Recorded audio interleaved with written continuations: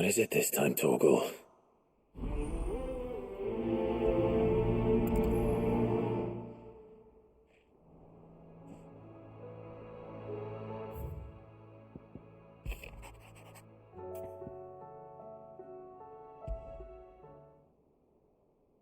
Something tells me this is no mere adventure story.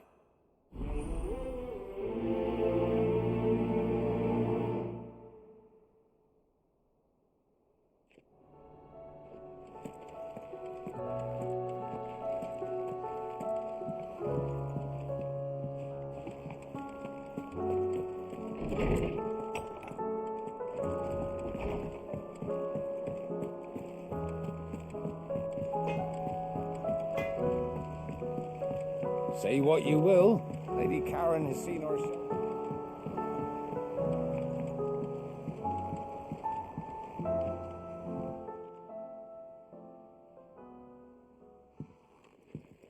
Pining for something, boy. What is it? What do you see out there?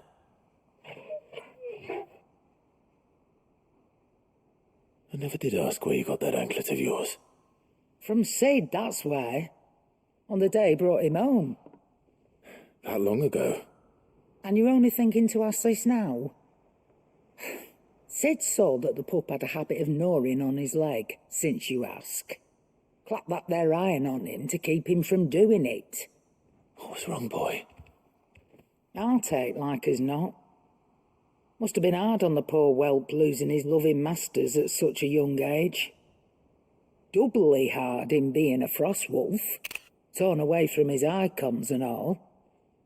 Sid would always tell him, you want that iron gone, you find what it is you're looking for. I reckon what he were looking for was you. I'm sorry, Torgal. Sorry for making you wait so long. Let's get that thing off you.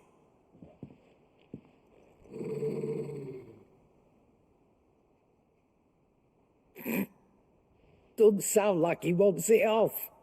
Indeed. You miss Sid as much as the rest of us, don't you?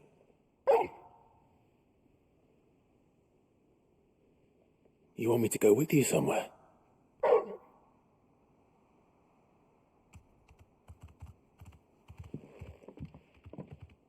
Quick, aren't you? Glad you've been paying attention. Not nearly as much as you have, Lady Karen. Aye, good thing and all.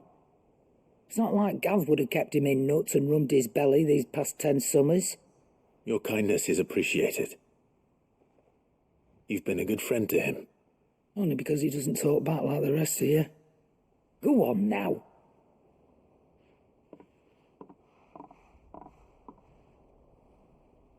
Where to then, Torgal?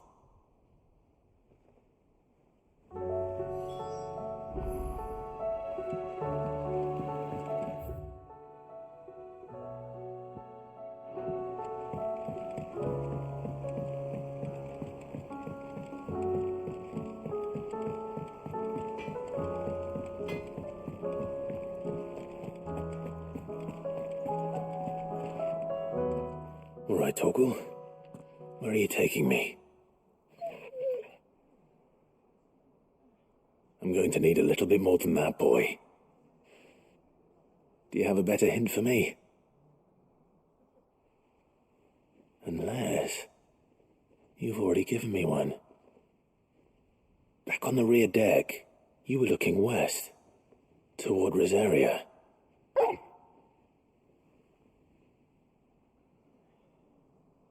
Why don't we try the rookery? I haven't been to the island in almost 20 years. To Port Isolde, then.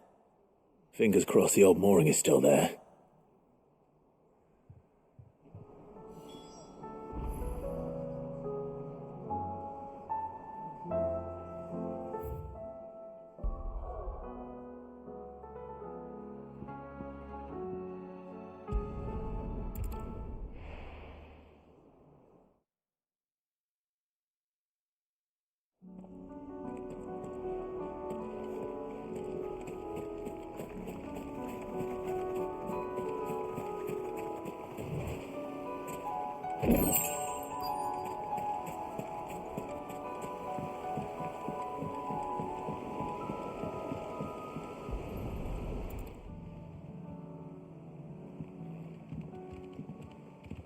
It's still here.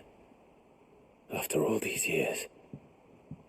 Lots smaller than I remember. And you're a lot bigger. You might have to swim, boy.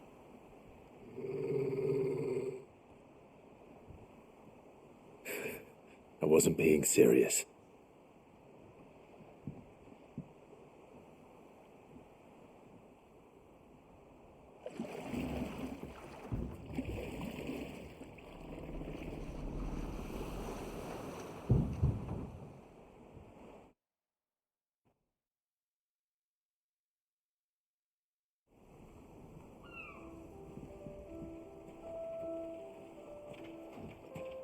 This place hasn't changed at all.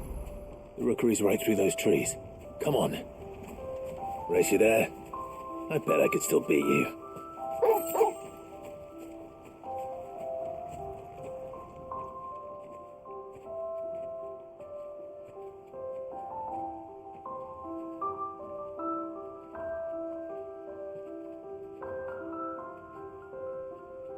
Here we are.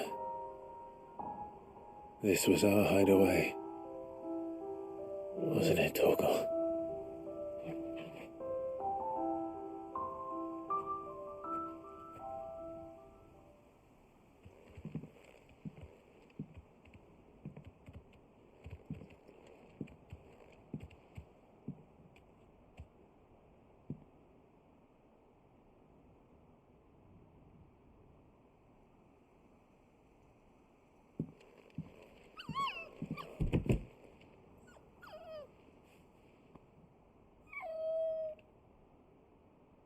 Coming here helped me to forget who I was. Or wasn't. Prince, shield. Son his mother could love. Had I been any one of those things? Perhaps.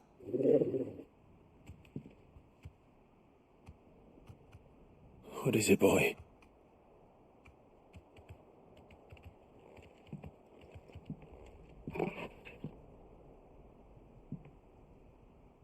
This is all from the castle. And Phoenix Gate. Did you bring these here? My sparring sword.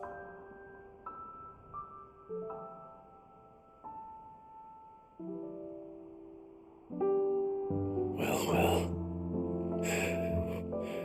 You never stopped looking for me, did you, boy?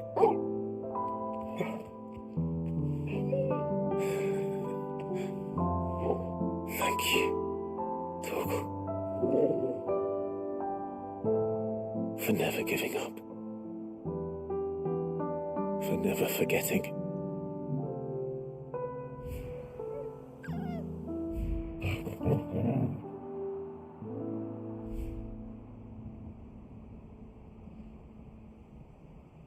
Let's take this with us, shall we? So I don't forget either.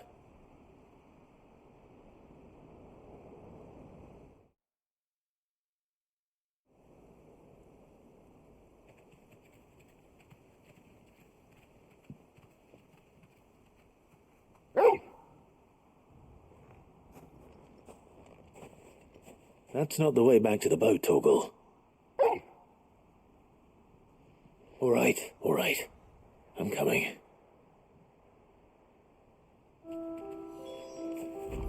I think I know where we're going.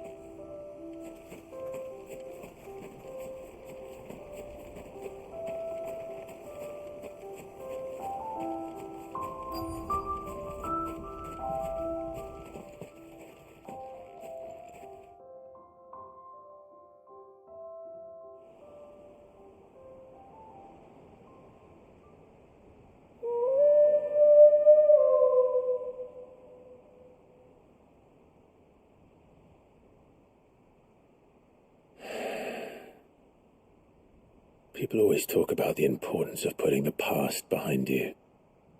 But without it, we wouldn't be who we are today. And we certainly couldn't steer our way to a better tomorrow. Come on, Torgal. Let's go home.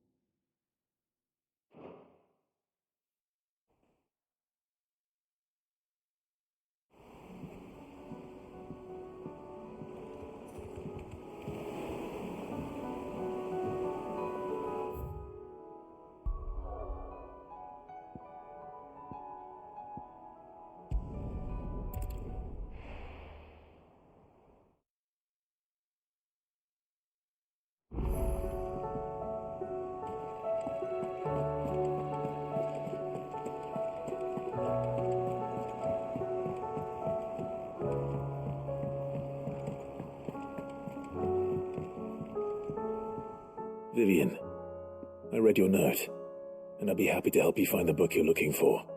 Thank you, Clive. But tracking it down will not be easy. Are you sure? Please. You have always granted me your wisdom and insight whenever I asked. It's only right that I return the favor. Or at least attempt to. You are too kind. Alas, what I ask of you is rather more trying than delivering the odd lecture. I spoke with Harpocrates to see if he had any inkling as to where another copy might be found, but perhaps it is best that you hear the details from him. If you say so. Forgive me, Clive, for asking this of you. But this book, it set me on the path to becoming who I am today. Its importance cannot be overstated.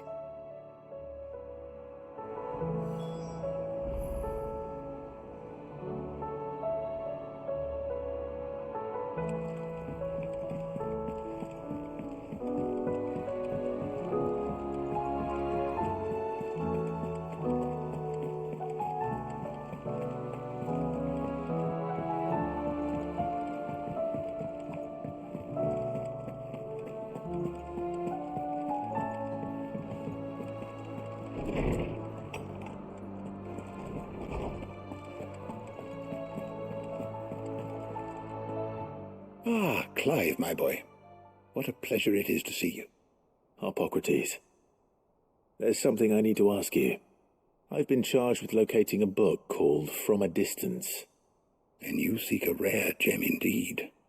One whose name I had not thought to hear from your lips. You've been talking to Vivian. Right as always. But she didn't seem keen to tell me very much. I take it she didn't like what you had to say. And yet I gather it did naught to dissuade her. Clive, if the young professor has tasked you with obtaining a copy, I fear she asks the impossible. The executors would not allow it. The executors? Coveters of Secrets, a clandestine organization committed to the collection and intenebration of forbidden texts and technologies. One such text being the tome Vivian seeks, chronicling as it does the true history of the enslavement of bearers, a tale which could overturn the established order were it ever to become widely known. Or, so rumor has it. I've never actually read the thing, or even set eyes on it for that matter. How is it that I haven't heard of this organization? Why, secrecy is the executor's watchword.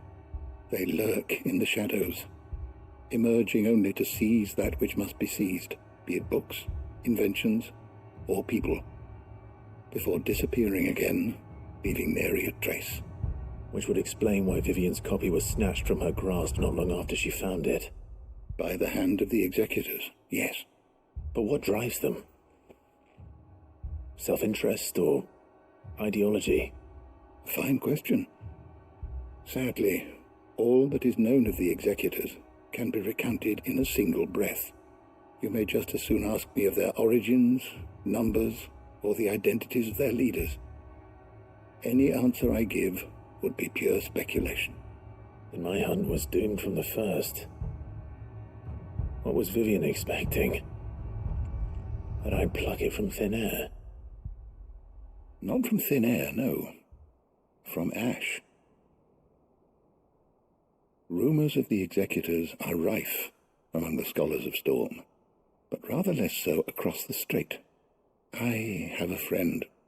Well, I had a friend in the village of Garnick, a collector of rare tomes, upon which subject we would oft correspond. Alas, I have heard naught from him since the skies fell dark. And no doubt he, too, has turned. But, though he did not mention it by name, it is possible that a surviving copy of From a Distance yet rests upon one of his many shelves, quietly awaiting discovery. If you were, by some chance, able to save even a single book from the poor man's library, I know his soul would rest easier. Very well. When I next find myself in Waloed, I'll be sure to pay Garnick a visit.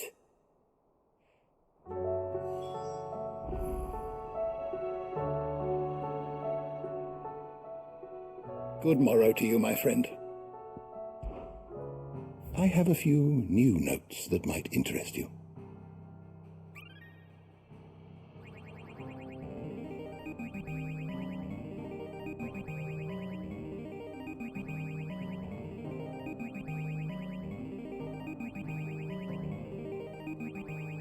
There is a rather fascinating excerpt I've been meaning to show you.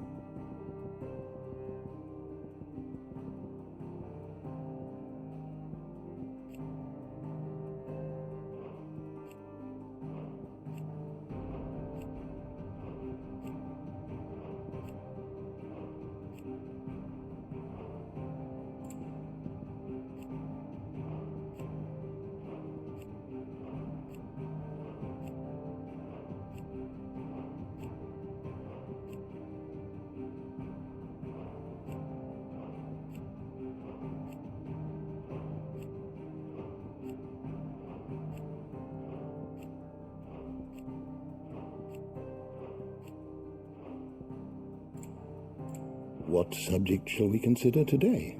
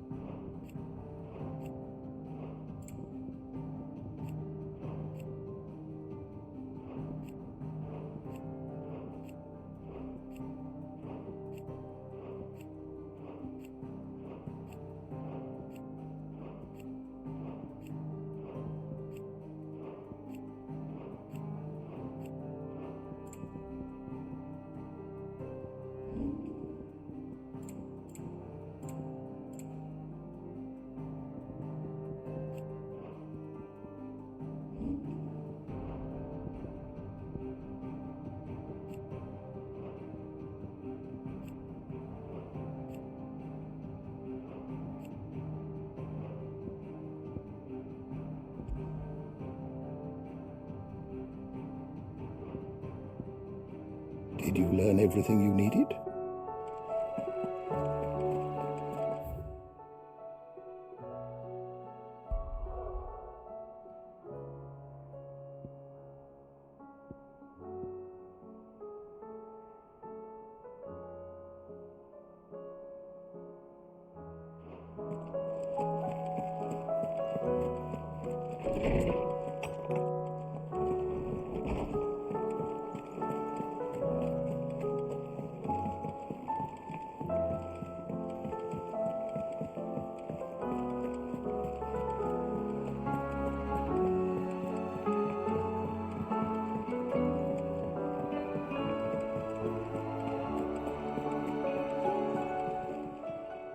How may I help you today, Clive? All yours. Best of luck out there, Sid. Clive! Anything catch your eye?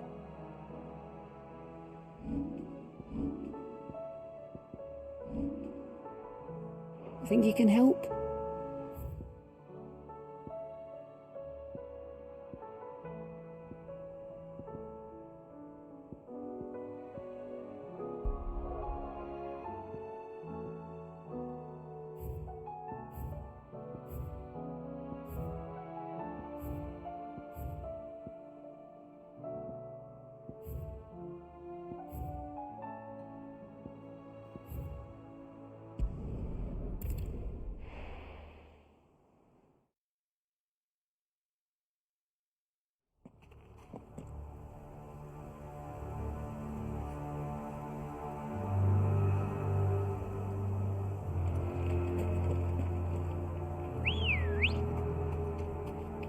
Come on. Yeah!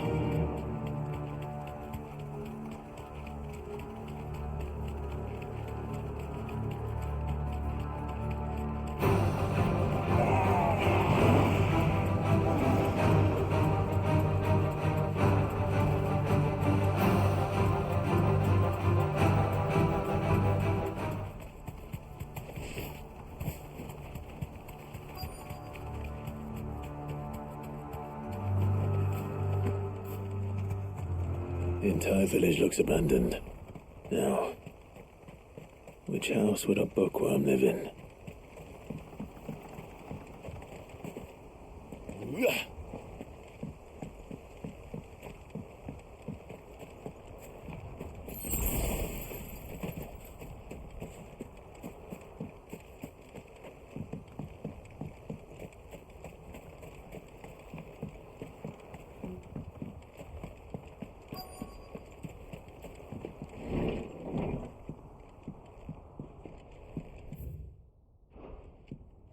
This is a Royal Army logbook. Did he take this from the local barracks?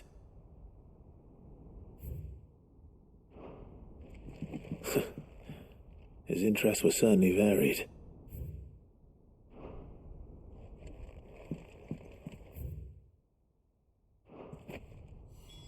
This is it. But if what it says is true, I need to get this back to the hideaway.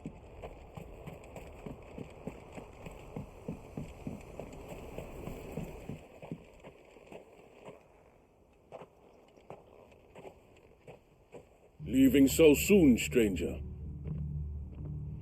We've been watching you. From a distance, so to speak. Subtle. I know who you are. Then we need not waste time on introductions. Hand me the book. Leave it in our care and return to your life. Your care? Do you mean to burn it or bury it? That is not my decision to make. But by one means or another, its contents shall be removed from the common record. Then I'll have to politely refuse. I won't let you erase our history. Then we find ourselves at an impasse. Very well. The book can just as easily be pried from your dead hand.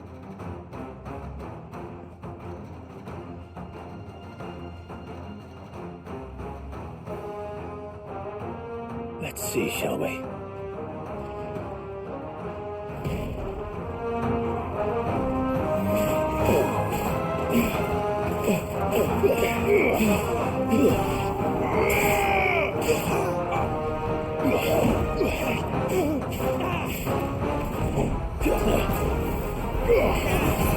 Too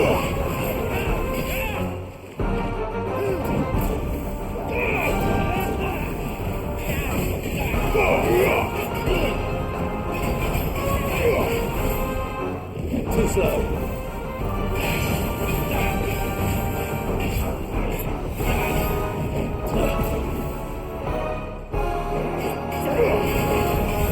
Too slow.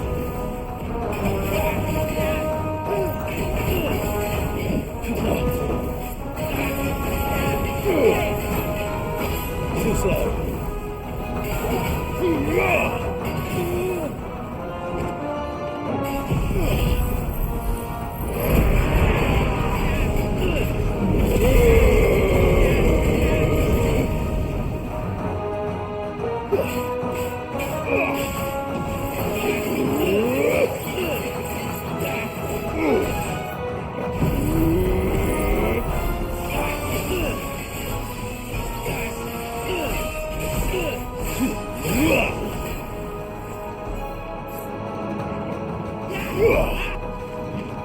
Nice try.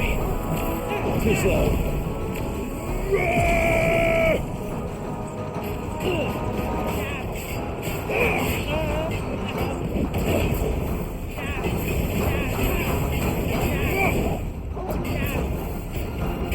Enough.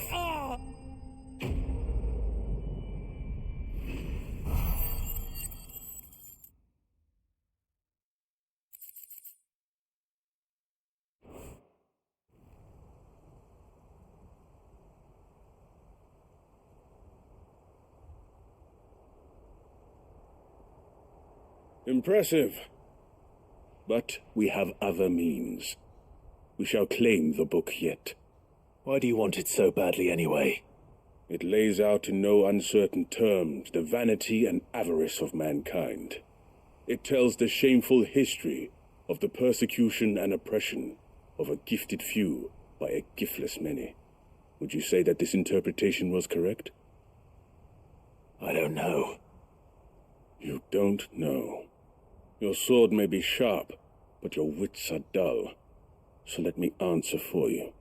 There is no correct interpretation of history. That a series of events took place may be proved beyond a doubt. But there can be no single, immutable explanation as to why they came to pass.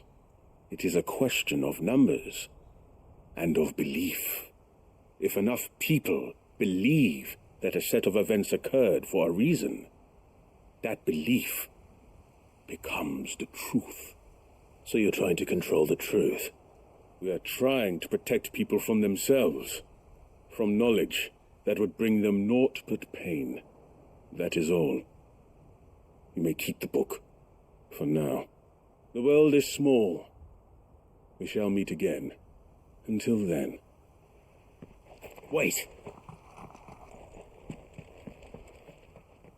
Damn it. Let's get this back to Vivian. Perhaps she can explain what that was all about.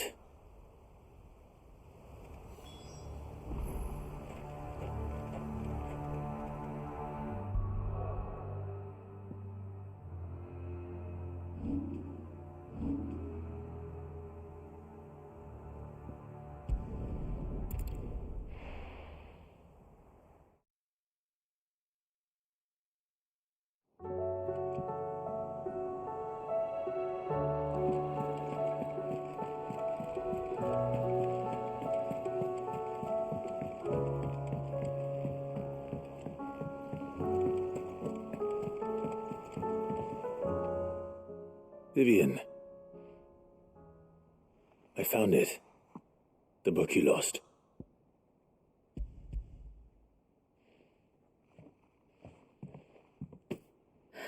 You found it. Thank you, Clive.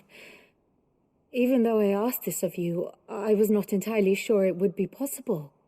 I feared the executors had seized every copy. I met with one of these executors, and I convinced him to let me keep it. He told me something. That the truth is just a matter of collective belief. And then if enough people believe a lie, that lie becomes the truth. It does. But it also means that the truth is not immutable, that it can be changed, provided that those who wish to change it can convince enough people that their perspective is the correct one. As the sad history of the bearers proves. You said that the book inspired you to become a scholar. It did. Or its author, rather. She was a heretic, you see. A firebrand and a dissenter. A gallows stood ready for her in every corner of the realm. And by shunning society, or perhaps being shunned by it, she stumbled upon a truth so potent that an entire realm trembled at the prospect of its utterance. I, too, have always felt somehow set apart from the world of men. A stranger to my own species. She taught me that my solitude was not a curse, but a gift. And that, though my journey to the truth might be a lonely one, what I found at my destination would be more than worth the cost. Do you still feel that way? That you're not one of us? Honestly, I'm not entirely sure anymore. Since coming to the hideaway, I find my thinking somewhat clouded. Perhaps the result of studying mankind from a rather closer perspective than I had intended. But the more I study, the more I find value in this perspective. In looking not from the outside, but from within. So if you'll permit me, I'd like to continue my work here. Remember, Clive, when enough people believe, belief begets truth. Give the men and women of this benighted world the gift of truth. Make them believe in you, as I do. I'll try, Vivian. I'll try.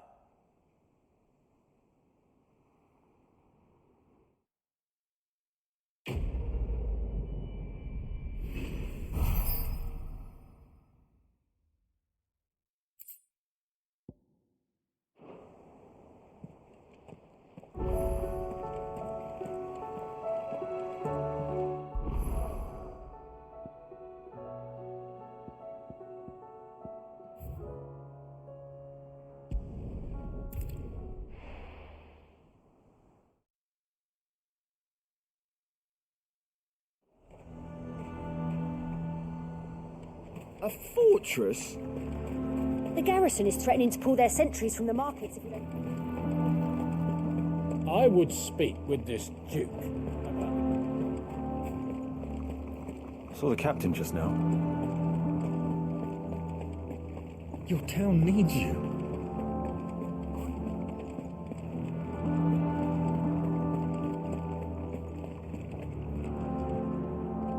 Do you have a moment, Clive?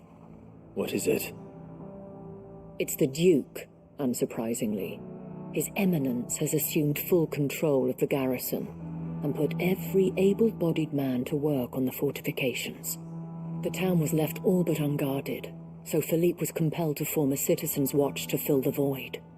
And though my dear boys have been characteristically willing to assist him in this, they want for bodies. So I was wondering if you would lend them your strength, that the people of Northreach might sleep easier, if only for a few nights. Of course. Whatever you need. Thank you, Clive. What would I do without you?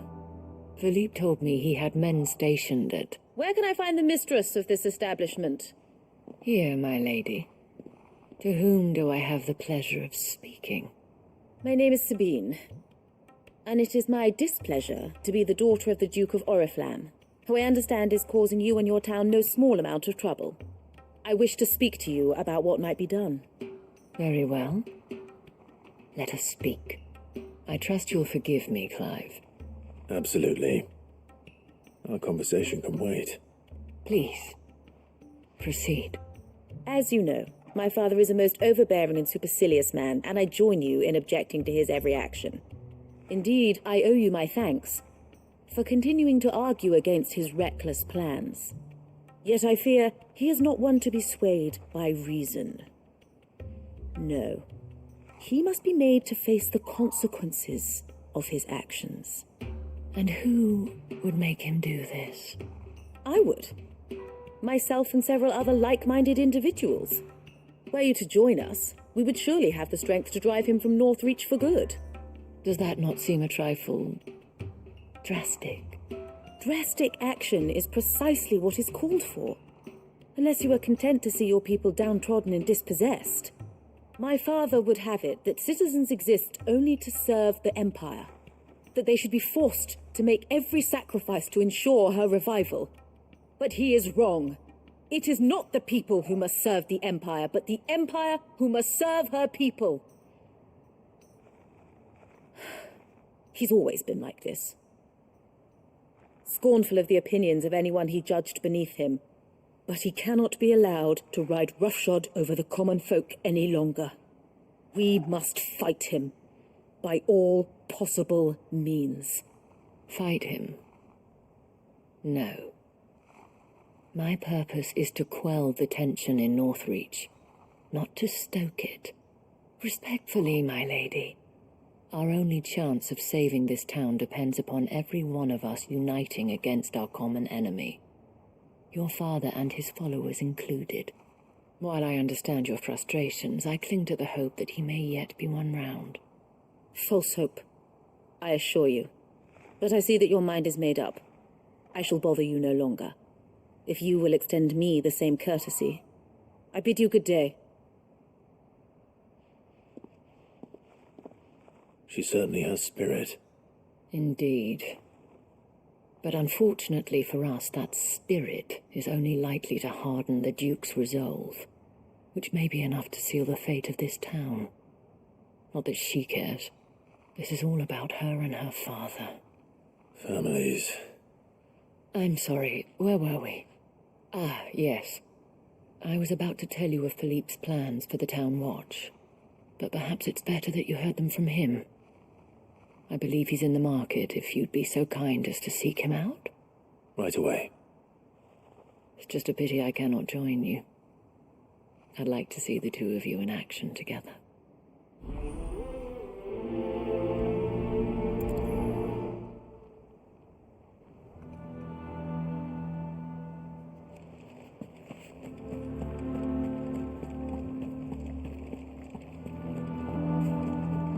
Your town needs you. Saw the captain just now.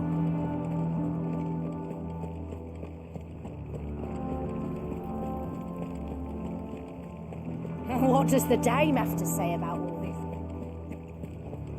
So you are content to abandon the people to the... Please, I beseech you.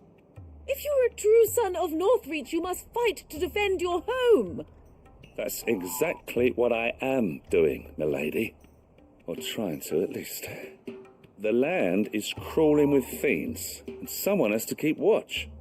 Even when our true enemy is hiding in the garrison? Fine. You're not the only able-bodied man in Northreach. Thank you so much for your help.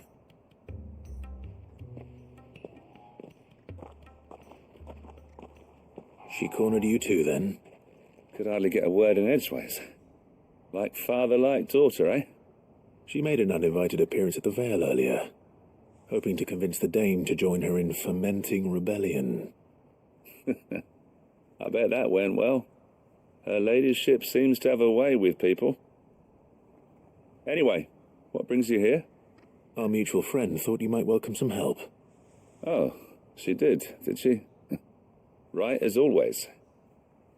In fact, you're just the man. We've had some reports, you see.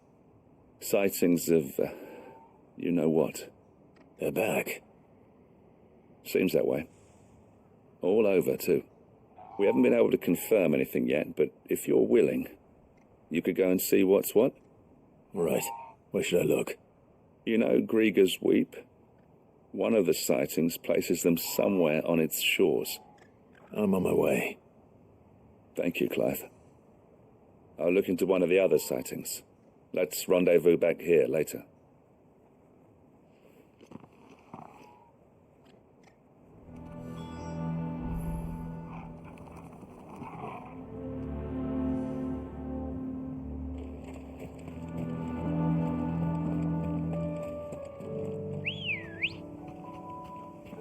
Ready, girl?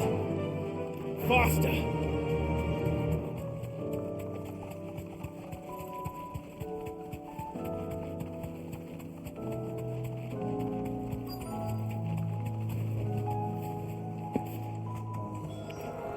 Damn it.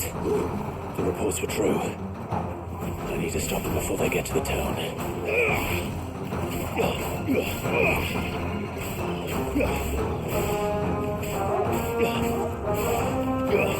It's over!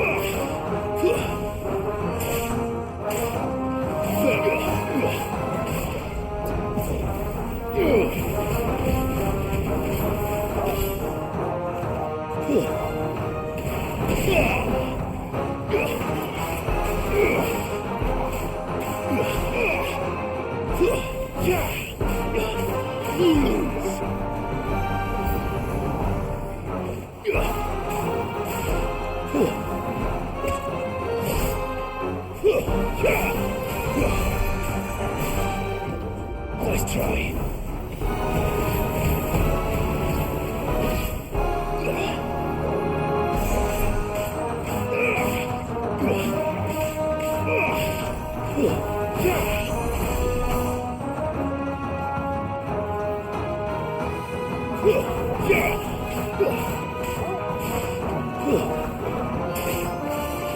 Farewell.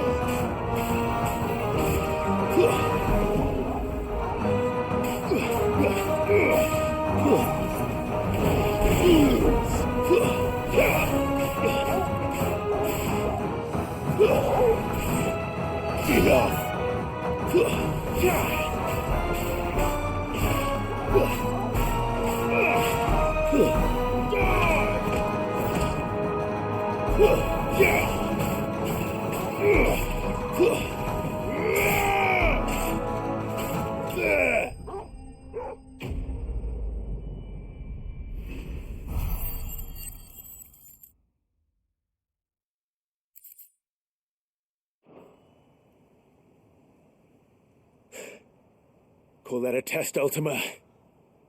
Clive, it's me. Are you alright? I am. But it seems the reports were true. The thralls have returned. I dispatched the few that I found, though. Well, there's something, I suppose.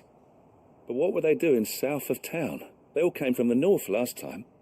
We might be able to fend off an attack from one side or the other, but from both? Do you have eyes in the north? Some. I should probably go and have a look, though, just to be sure. Now, you head back to Northreach. I want you there just in case war breaks out while I'm away. What do you mean? Her ladyship's been busy working her magic on the townspeople, stirring up ill feeling towards her father. But she'll have her marching on the barracks if we're not careful. What? This is exactly what the Dane was afraid of. I'll do what I can to calm things down. Be careful out there, all right? Don't worry, I'm not like you. One sniff of those things and I'm running back to town screaming blue murder.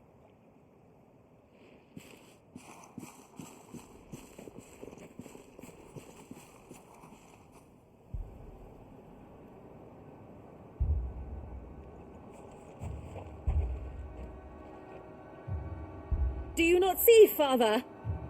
The people of Northreach have given enough, and only a fool would ask for more. Listen to me, Sabine.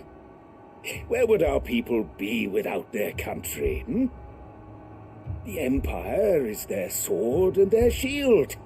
It is she that ensures they can live without fear. But now she teeters on the brink. Without their sword, how will the people fight? Without their shield, how will they protect their kin? Can the unarmed stand against the advancing hordes? No. But there is yet hope. A new shield, a new sword.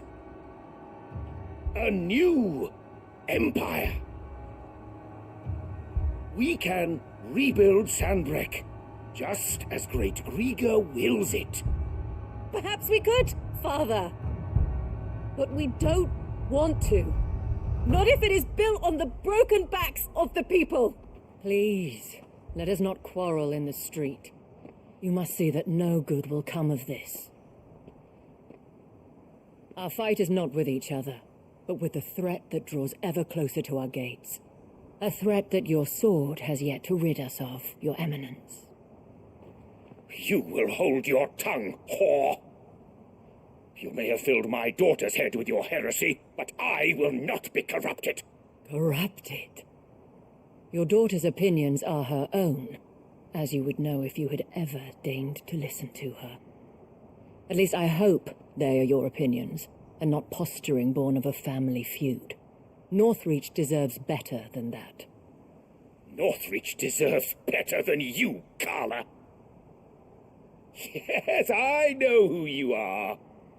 The slut of Twinside who bedded a branded. Jealous, are you? That a woman might choose a bearer over a pious man of Griega. Clive! I met a swarm of thralls coming south from Oriflamme. Hundreds of them. Too many to count. Oh, fuck. No.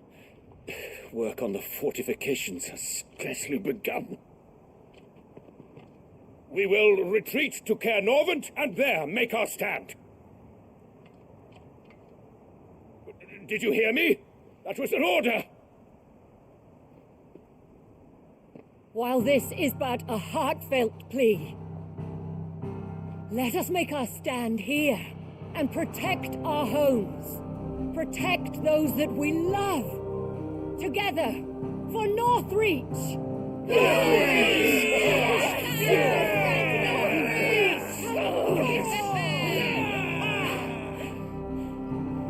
You heard the dame. What are we waiting for? Pikemen to the gates. Archers to the roofs. Quickly, come on!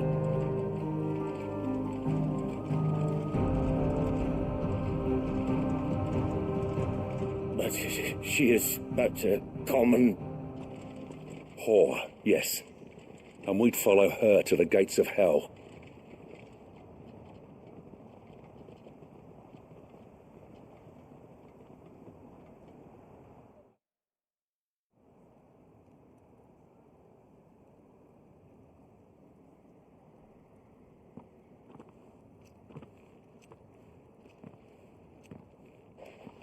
The men have their orders, and they look like following them. I got them spaced out at regular intervals. Whichever direction the thralls strike from, there'll be someone there to meet them. Thank you, Philippe. Rest assured the people will play their part. The herbalist has donated her stock of medicines to me. Should any of your men be injured, take them to the Vale. We'll see to them there. Thank you, milady. I will. I'll play my part too. You still won for numbers. Unlike the enemy. I only hope I can go some way to evening the odds. Philippe, can I leave the south in your hands? I doubt the thralls by the lake were the last of their number. Of course. I'll lead a party down that way so we don't get taken by surprise. What about you?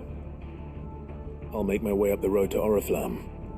I fought a few of these things. And while I can't promise to hold them all back, I should be able to thin the herd. All right. But take care. Thank you. Both of you. You can thank us when it's over. Till then, madame.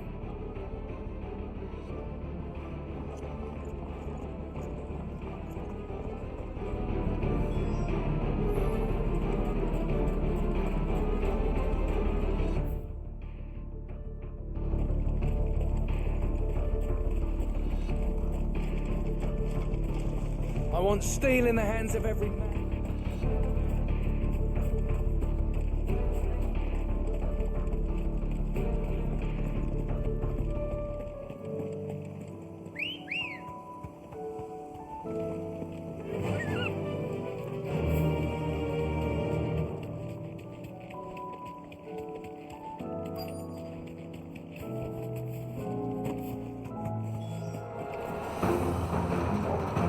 This is more like it.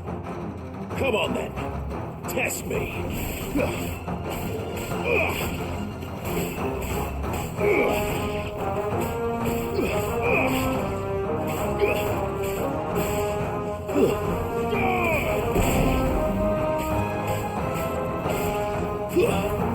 Stay down.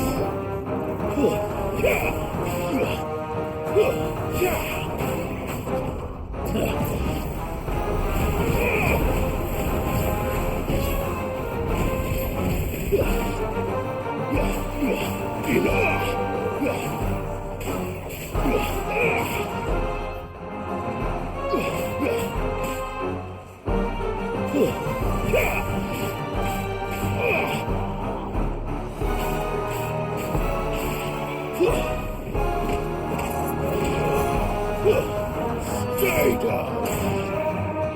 Is it over? No. It's only just begun. Too slow.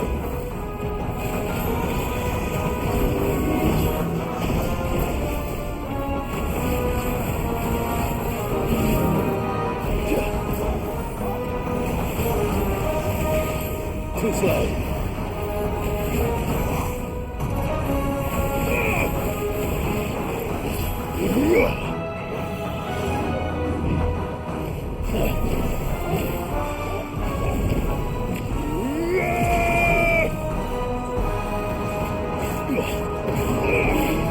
Let's try.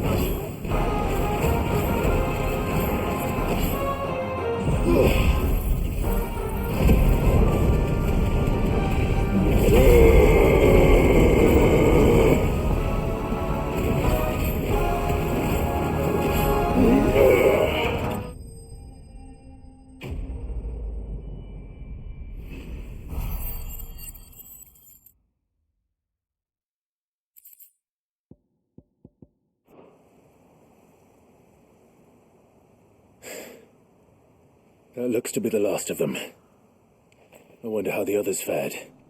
Better hurry back to town. Come on, Torgal.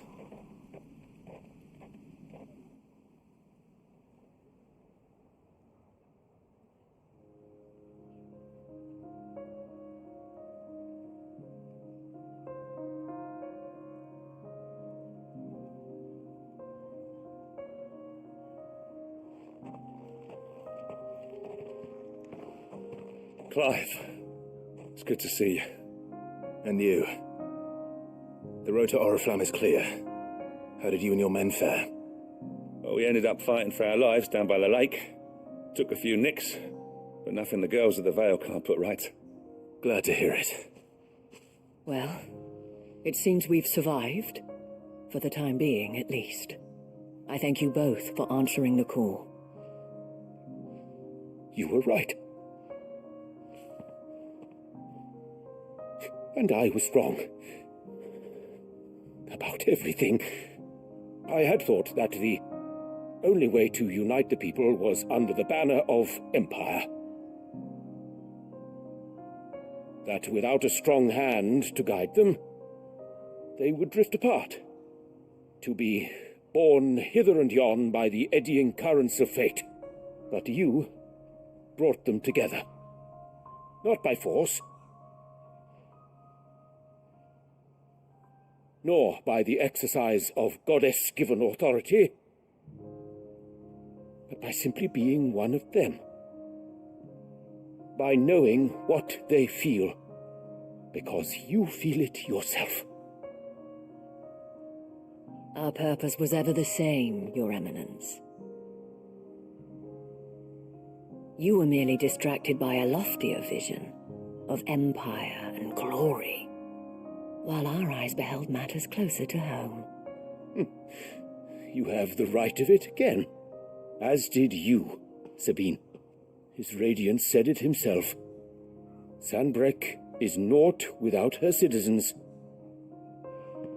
I forgot that, and I am sorry. I'm sorry too, Father. I should never have taken things so far. I only wanted you to understand how the people felt. How I felt. But my anger got the better of me. Do not blame yourself, my dear. This was my doing. I should have listened to you. To all of you. Your Eminence, your Ladyship, I do not doubt that you came here with the best of intentions. But I believe the same could be said of us all. We all want safety, security, prosperity. Not just for Northreach, but for the entire realm. And we may yet achieve it. If only we work together. Will you join us in this? Yes. We shall. Thank you, Your Eminence. Now that that is settled, I must go and see to the wounded. The Vale's doors are always open to any soldier in need of relief. And today there are more than ever before.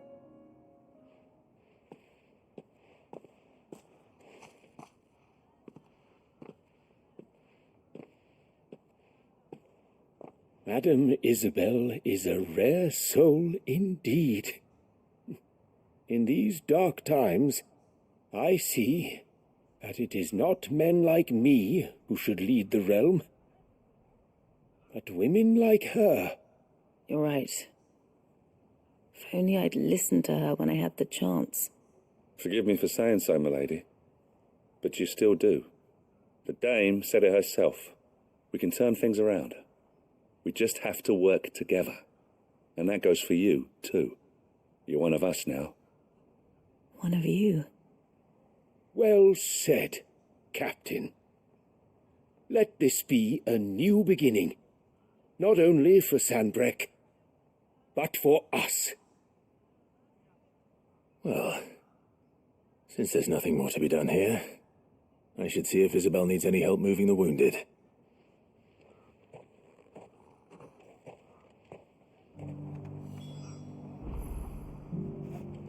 Can we get you anything?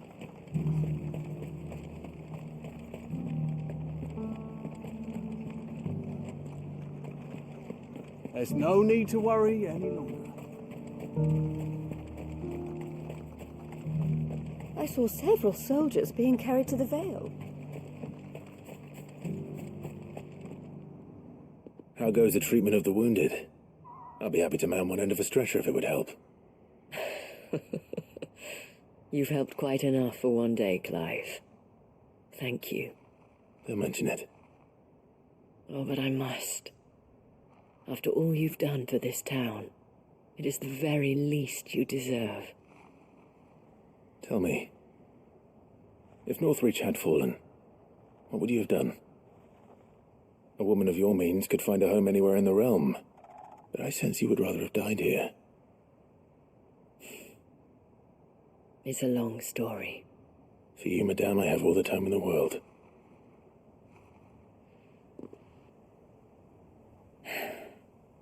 Very well. Long ago, I had a life in the Crystalline Dominion. I was Carla then, courtesan to the nobility. So sought after was I that it was only they who could afford my time. Alas, those halcyon days were not to last. For naive as I was, I fell in love with a bearer. He was my master's guard, the gentlest man I have ever known. After they discovered us together, he was whipped bloody and forbidden from ever looking at me again. And so we fled. Not that we had anywhere to flee to. We wandered, aimless and starving, half dreading, half praying that the next day would be our last. Until we found ourselves here, in Northreach. It was the Vale that took us in, that fed us, clothed us, and healed our hurts. Those that could be healed, at least. my love was already too far gone. He passed away. He did. Not long after we arrived. But at least we were able to share a few moments of peace before the end. It was the greatest gift I have ever received. But the generosity of this town and her people did not end there. The men and women of the Vale supported me through my grief, shared in it, though I was still a stranger to them. They treated me like a sister. And so I swore that I would always do the same. That I would return the kindness that Northreach showed me. That I would repay my debt to the Vale.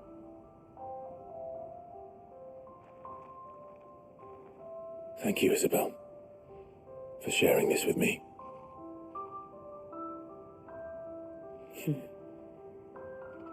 You're a lot like him, you know. Perhaps that is why I have such a soft spot for you. Never stop fighting, Clive. And I shan't either. I know that it will not be easy to keep Northreach together. But our efforts will be rewarded. Just look at us now. The people, the soldiers, even the Duke of Oriflamme and his daughter, all united in defense of this town that we have come to call our home. And what of you? Can we count on your support too? Always.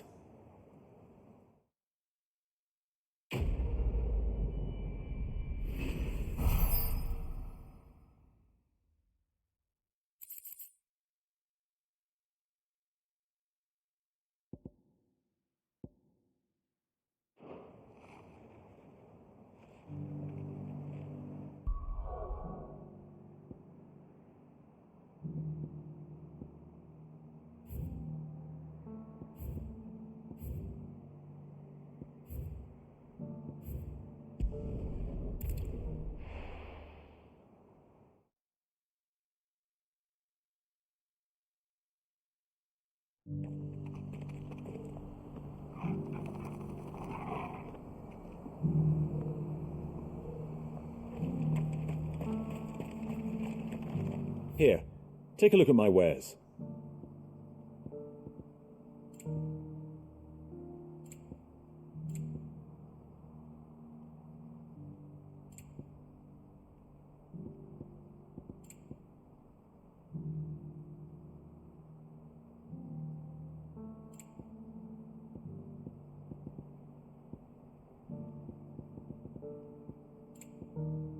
Go safely.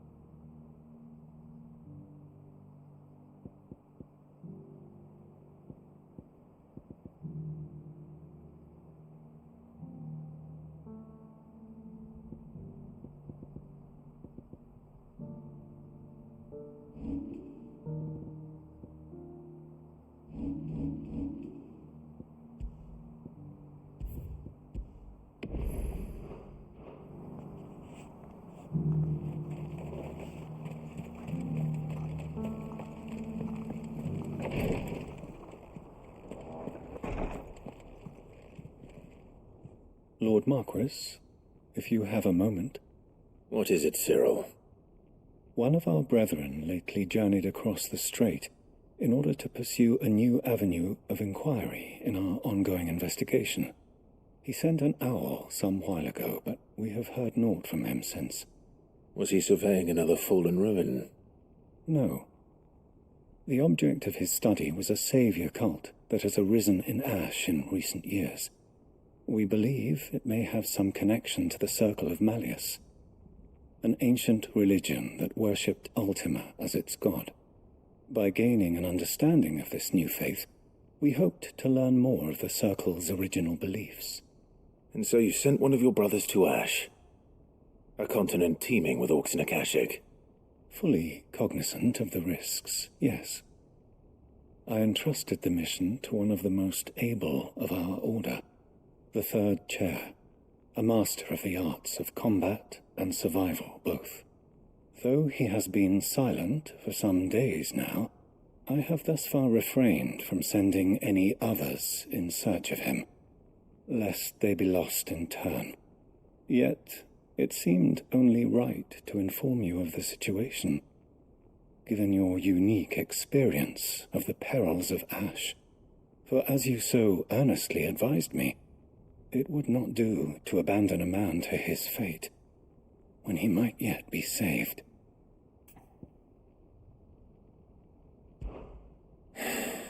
It would not. But Ash is a big place. Can you be any more specific? Perhaps. The last owl I received from him mentioned a village where he had heard the cult were wont to assemble. Mickleburg was its name. It lies in the southern reaches of Waloed. If aught ill befell him, I expect it did so there. All right. I'll see what I can do. You are much too kind, my lord. Go then, with my hopes, and may the Firebird's flame ever burn in your heart.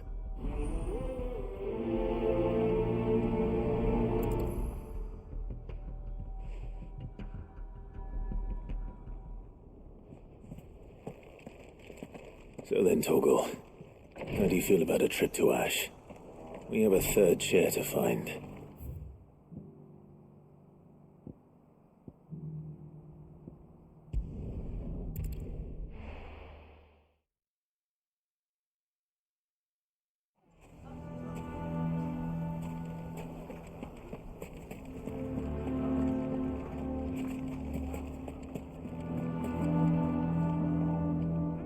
Here to help me pack?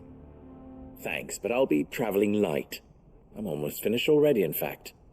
You're really going to go through with this, then? I am. But before I go, there is one small issue I'd like your assistance with. Well, two, in fact. If it's within my power to help you, I will. It's the children. I refuse to let them share in my disgrace. And if I leave them here, they surely will. Our friendship would see them ostracized forever. But I can't take them with me either. I can think of only one place where they are certain to be safe and provided for and loved. The Hideaway.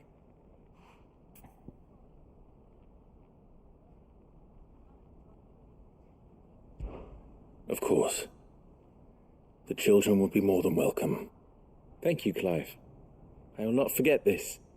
Lubor, are you still here? What is it, Ferda? You look pale. There's been a flood in the Velcroy, a damn big one. The League of Outlaws encampment was completely submerged in ether. What? Every last one of the bastards has turned, and they're headed this way. Bandits are one thing, but Akashic bandits are quite another. The town guard won't stand a chance against them. We need to evacuate. There's no time to lose. Ferda, gather the men. The Akashic may strike at any moment. We must make ready to cover the townspeople's escape. Well, what are you waiting for? Yes, my lord. Clive, change of plan. The children stay with me for now. I need you to find Conrad and Natalie. Tell them to prepare for a full and immediate evacuation. Understood. I'll do what I can to convince everyone else. Wish me luck.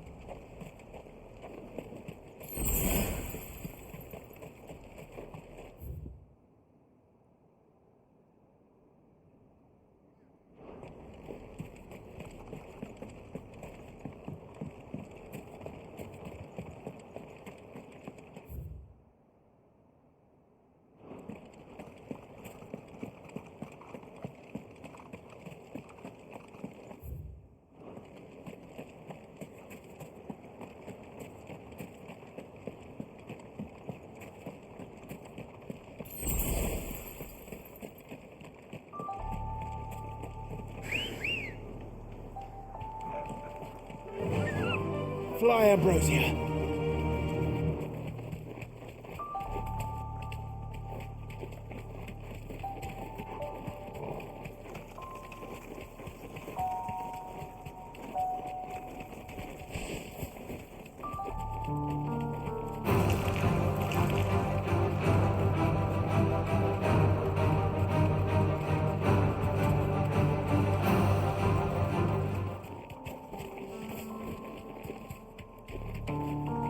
This must be Mickleburg. Straight home now.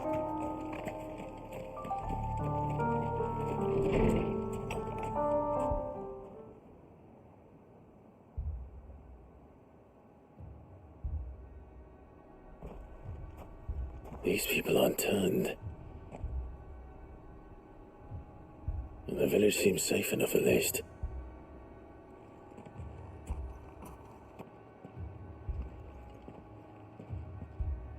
What is going on here? Ah, did you too heed the call? Heed the call?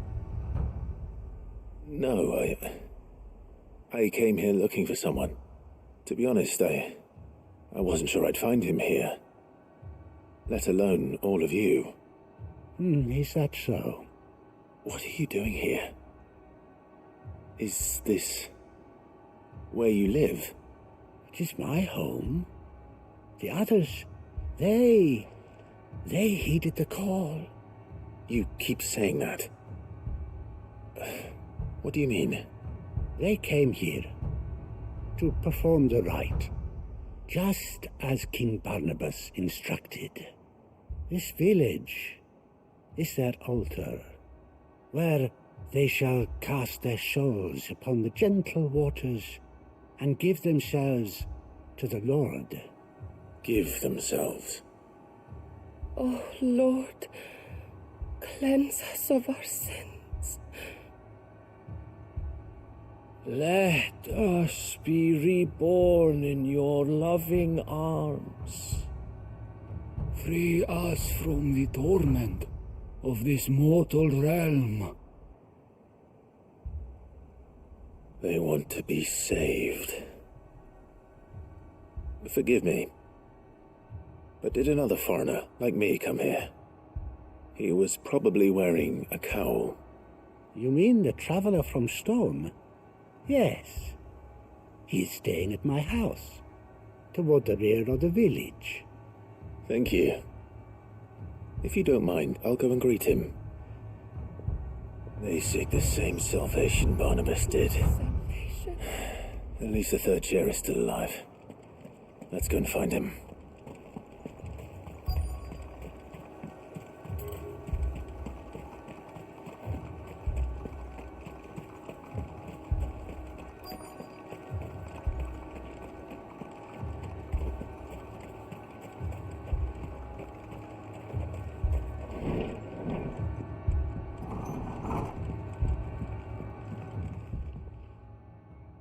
Excuse me.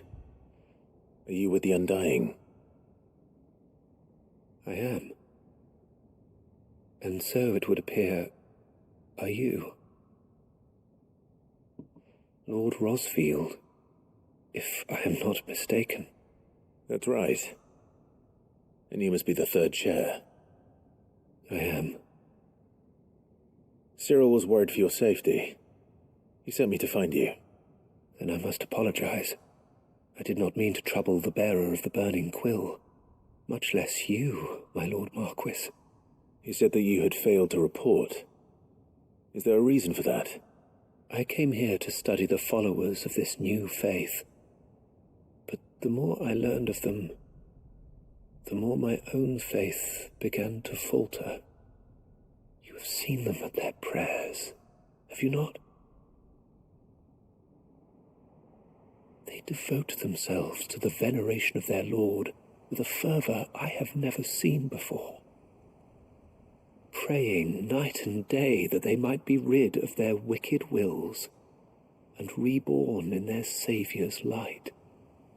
Not that they might be granted respite from their worldly woes, but so that they might continue to serve him. Serve him with all of their beings. I, too, swore to devote my life to the service of my lord and master, but this... 'tis different. It is more.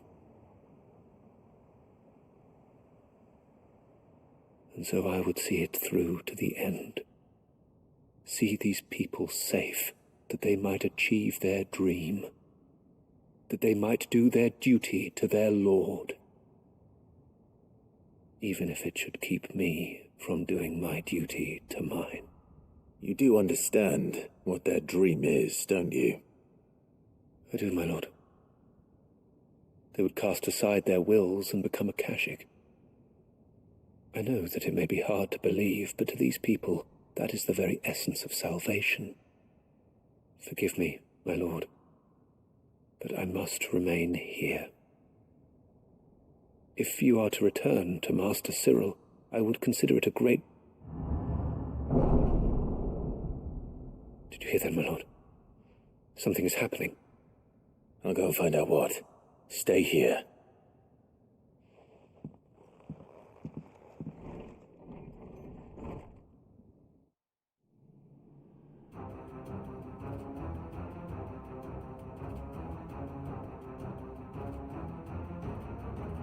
An ether flood. Oh no. There must be something I can do.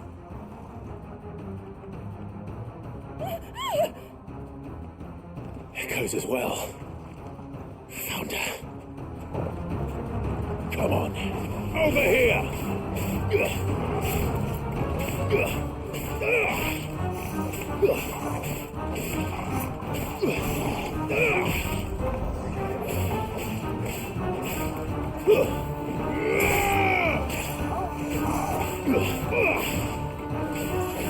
Nice try.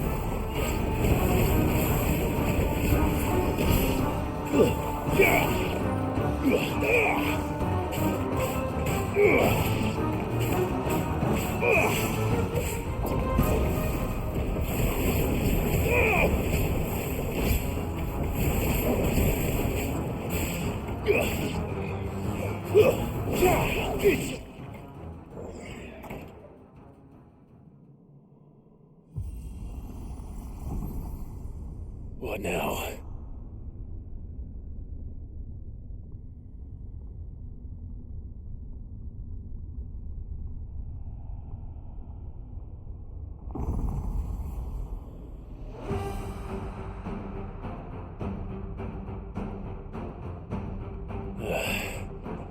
We meet again. I've killed your kind before.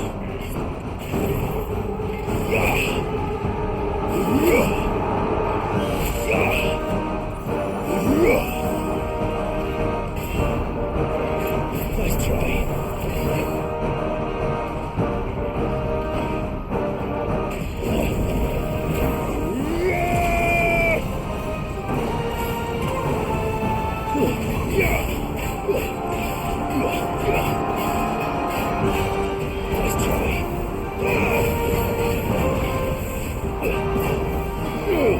Too slow.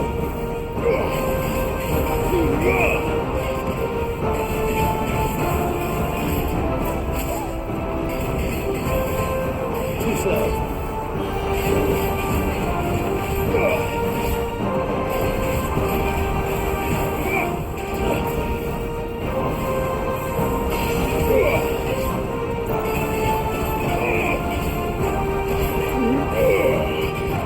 Nice try.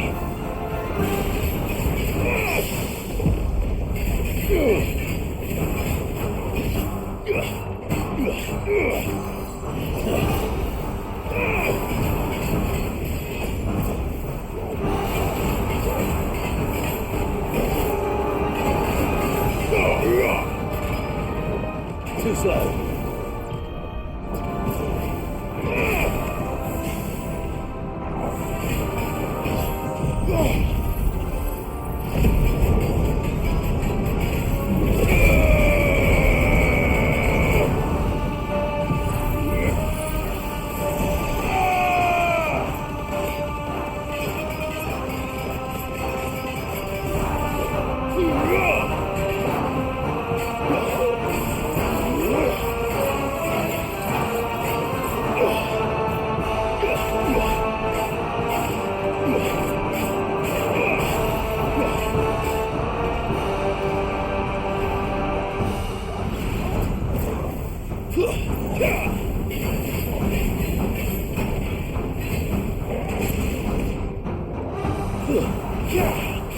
Get inside.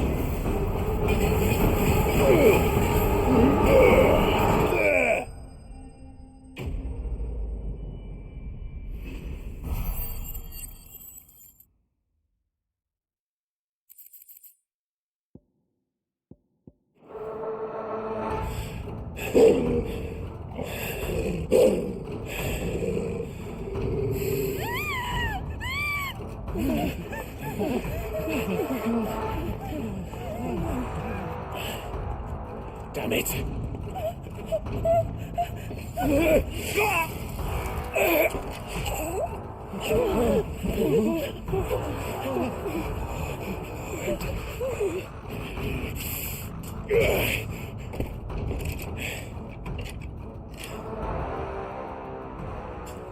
Don't you die.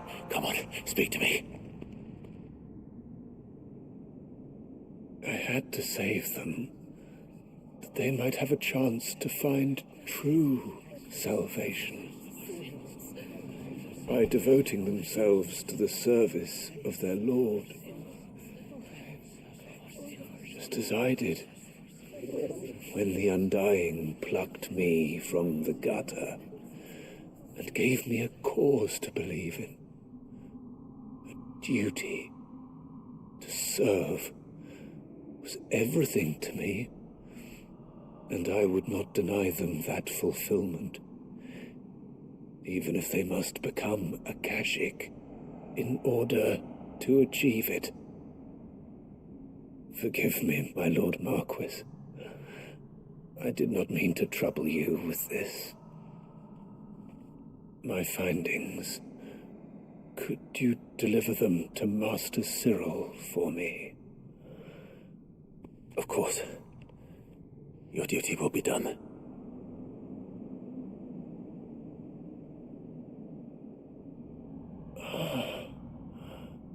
Look, my lord.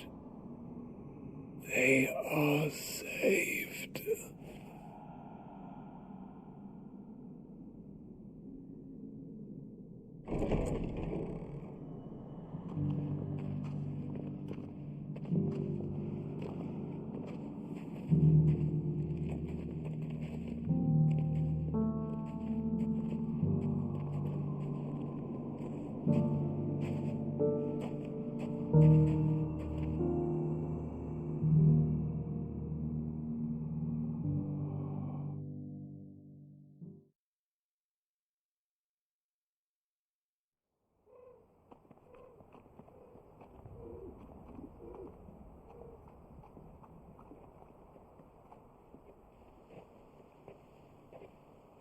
They are saved. Found her. I should get this report to Cyril.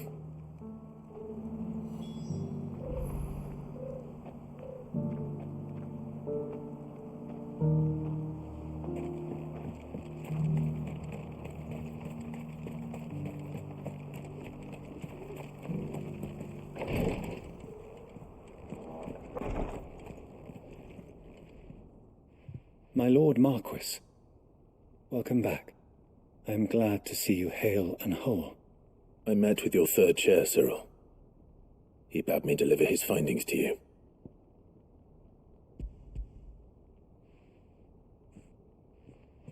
Thank you, my lord.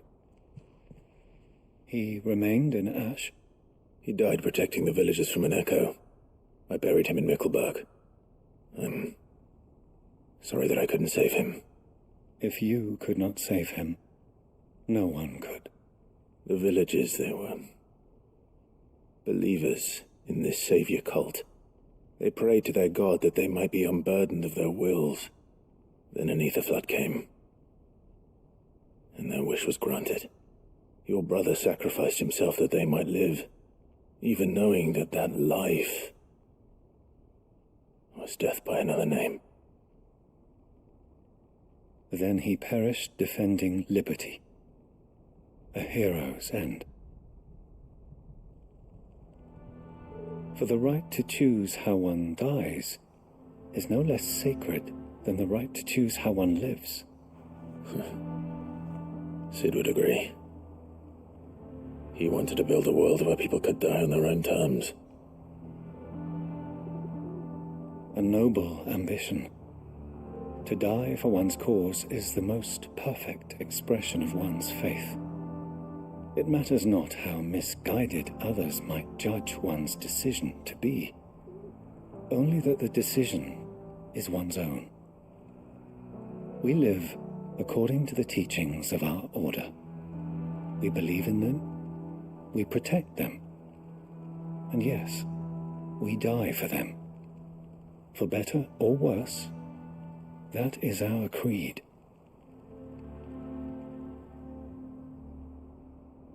But he didn't die for your creed. He died to save them, and you still believe that what he did was right. I believe that he believed it was. We of the Undying are not slaves, but willing servants. And this was his will, the ultimate expression of it. All right. I'd like to know this man's name, Cyril. To know the names of all the Undying who've fallen in the line of duty. They died serving my house. It's only right that I remember them. That is my duty. Of course. I shall fetch the Book of Martyrs at once. My lord, it has been, and shall ever be, the greatest honor of my life to serve House Rosfield. Though our duties may differ, yours is no less important. I pray with all my heart for your success. And were they here, I have no doubt but that every one of my fallen brothers and sisters would feel the same.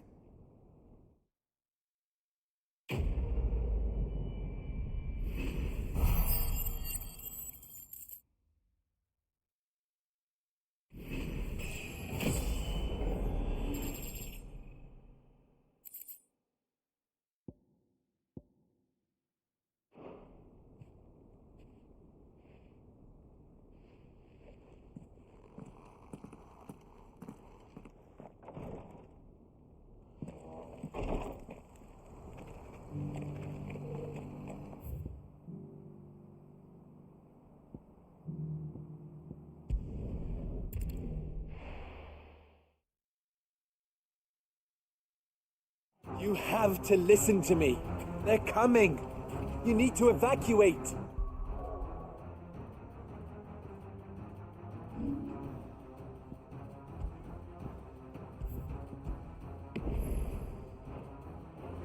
Know your place.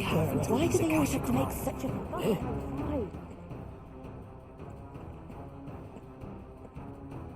Ah, it's you. What do you want, Lord Underhill? To pass on an important message. There's been an ether flood out in the Velcroy. The camp where the so-called League of Outlaws were gathering has been swallowed. They're no longer just bandits. They're Akashic now, and they could be here at any moment. You need to begin preparing for a full-scale evacuation right away. Oh, do we? And who was it who gave you this disturbing news, might I ask? Lubor, perhaps? The man spreading the same poison out in the square as we speak. You may believe his lies, my lord, but we know better. But why would he lie about something like this? Some twisted attempt at revenge, perhaps. If he had not been unmasked, he may well have been elected our leader. A great honor for one of his kind. One he might well feel aggrieved at having been denied. Lord Underhill, forgive me, but it has become all too evident where your sympathies lie. Lubor cannot be trusted, and neither, therefore, can you. You may not trust me, but for the sake of your people, ask yourselves if there is any chance that this is true. There isn't. You can be certain of that. Now be off with you. You're making a mistake. It's no use.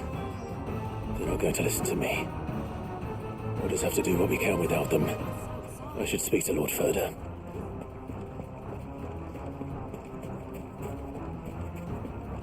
I think we'd better shut up. What's Lubor raving about now?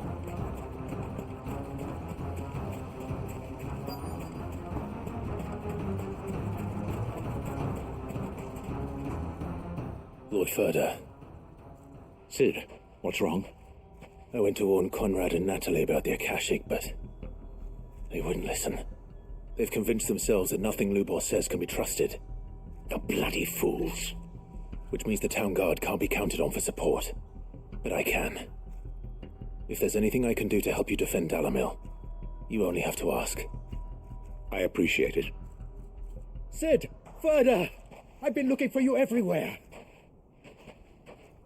Victor? I thought you'd left. I couldn't abandon a friend in need. And Blue Boy is in need at this very moment. Come quickly.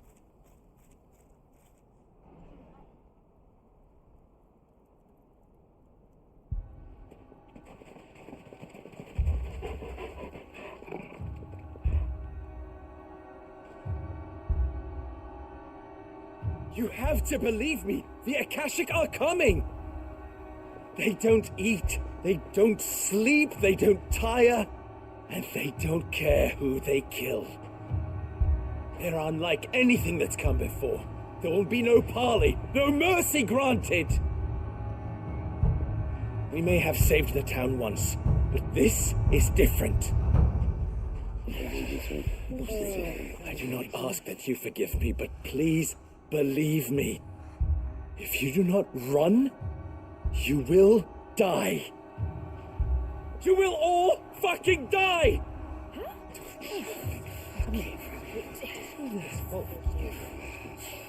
You'd like that, wouldn't you, Bearer? Yeah, with us out of the way, your kind will be free to claim Dalamil for yourselves. You who should run! Run, Bearer! Yeah, run! Run! Far away! Run! Just go, Bearer! Yes! Go! Come on, then.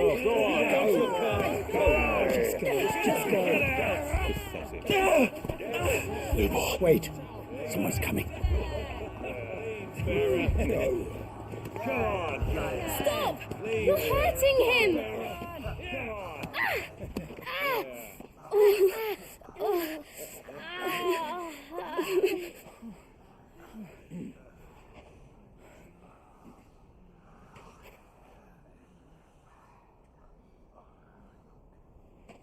What did Lubor ever do to you? He solves all your stupid problems, and he keeps all of you safe. You know there's nothing he wouldn't do for this town. Who was it who made that cleaver you use every day, Conrad? And what about your counting table, Natalie? Who fixed that? Whose men make sure the streets are clean so all your boots don't get dirty? Who spends all day every day making sure things run smoothly round here? And none of you ever say thank you, ever. But did Lubor ever complain? Well, does he ever stop smiling? He keeps this whole place going. And you act like it doesn't even exist!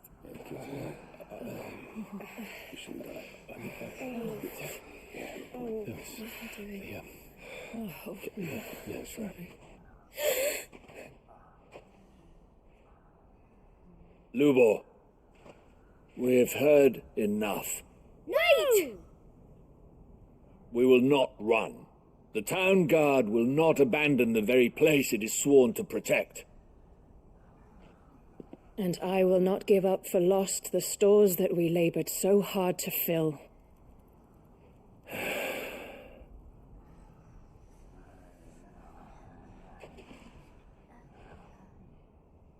So tell us, how do you propose we deal with these Akashic of yours?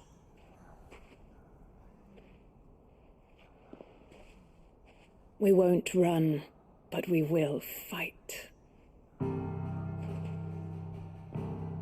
All right, then.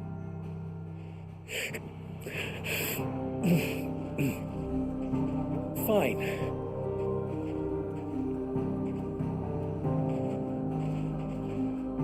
Gather round if you don't want to die.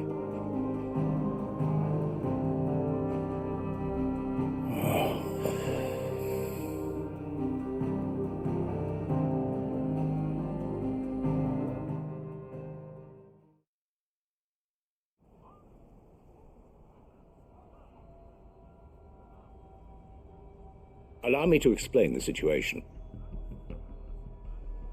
The ether flood occurred near the village of Cheratina, deep in the Velcroy. The place had been abandoned for years, until the League of Outlaws decided to make it their base of operations. Now they're all turned, and if the scouts' reports are correct, heading in this direction. They are mindless monsters, driven only by hate and rage, and they are utterly unpredictable. With the bandits, we at least knew how and where they were likely to attack. When these creatures come, Dalamil will have the bitterest fight it has ever faced on its hands. The town guard will muster at the north gate. The rest of us will take the south. Both forces will provide men to serve as scouts and messengers, ready to spread word of the size and nature of the Akashic force as soon as it is spotted. And as soon as it has been, we will converge on its position and see that it is driven back from Dalamil at all costs. Conrad, can I count on the support of the town guard? Always. I leave the selection and coordination of the messengers in your hands, Victor, and the command of our men in yours, Ferda. If you would both be so kind, consider it done.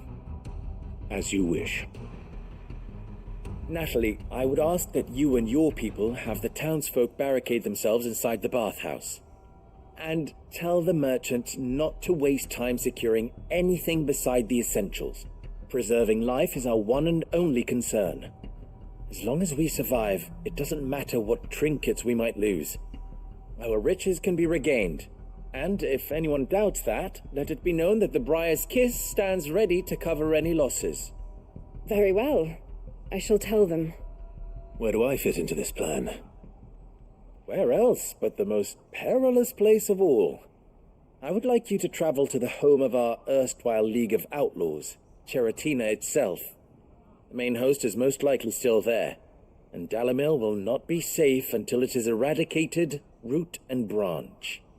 A little gardening. How pleasant. I doubt it.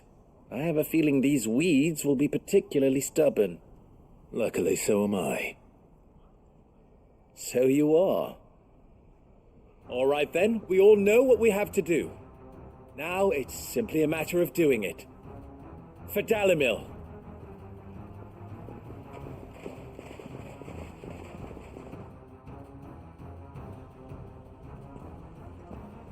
Looks like everyone's ready. I'd better not keep them waiting.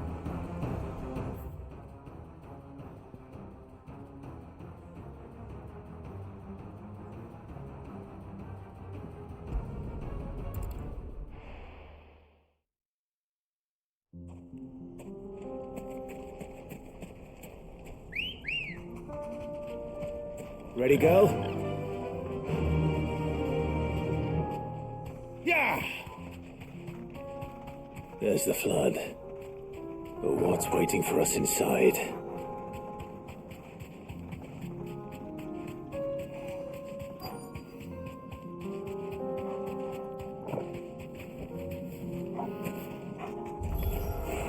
We can't leave a single one alive.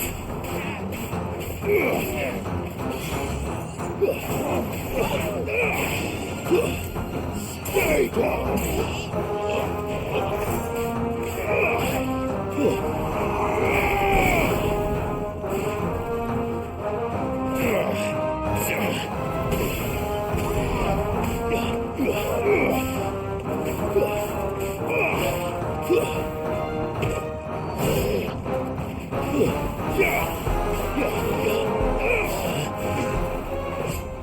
Nice try.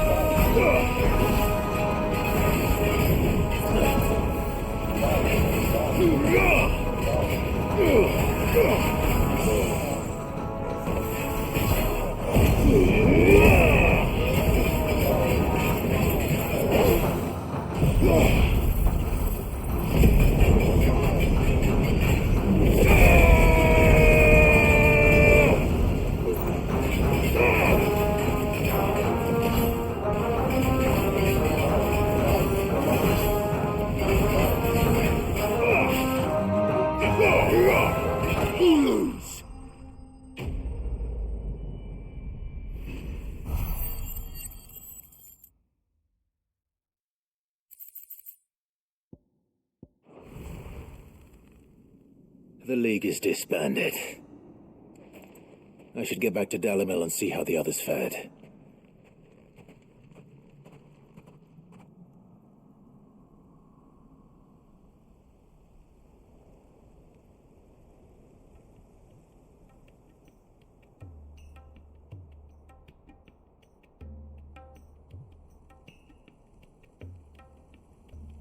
All the Akashic we were able to find have been dealt with. Seems that might be the last of them. Last of them here, perhaps. Lubo, Clive has returned. Clive! What news from Charatina? It's done. Root and branch. I knew you wouldn't let me down. Thank you, my lord. Friends, the Horde has been driven back. The Akashic have been defeated. And we need not fear the arrival of any more, thanks to Clive. Victory is ours. We bloody did it! We saved Dalimil. Lubor, allow me to apologize. After all you have done for this town, we should never have doubted you. But we did. And for that we are truly sorry. We only hope that you can forgive us. We need you, Lubor. Dalimil needs you. So, if you would still like to be considered for the position of mayor, you have our backing. You do remember that I'm a bearer, don't you? We do. But that is not a stain on your character. It is a stain on ours. We thought only of what we perceived bearers to be, not what you truly are. The man who saved Dalimil twice over. I see.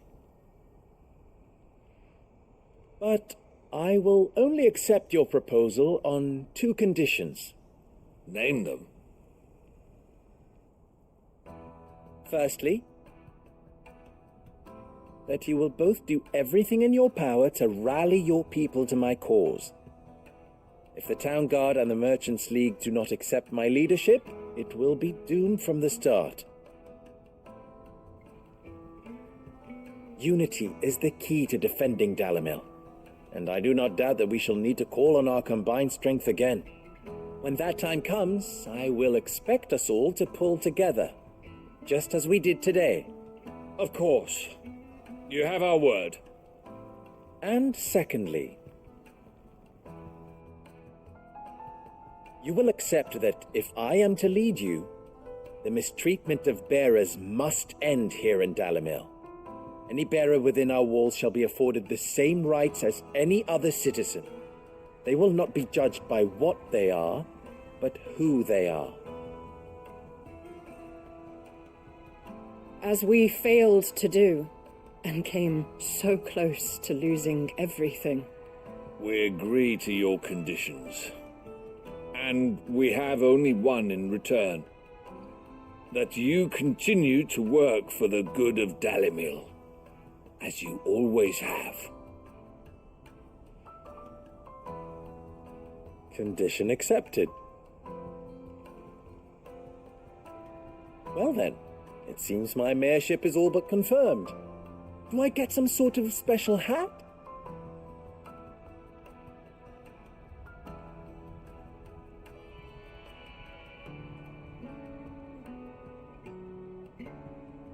How fickle fate can be. Not so long ago, I had resigned myself to leaving Dalimil in disgrace. And now, I find myself her leader. Here. For everything.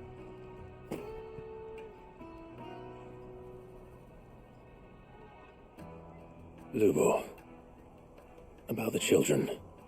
Fear not, you are of course relieved of your responsibility. I would sooner face another horde of Akashic than see them brought up as outlaws. I'll make sure they're safe here. I don't doubt that you will. And not just the children, but everyone in Dalimil. I'll do my best. Can't have all your hard work going to waste.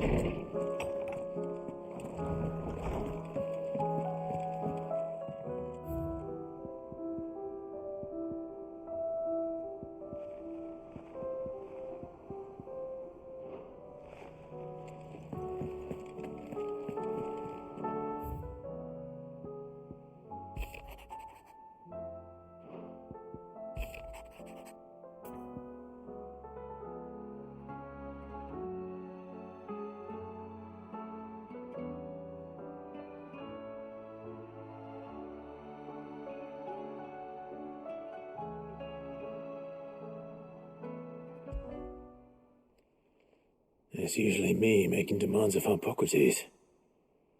I wonder what this is about.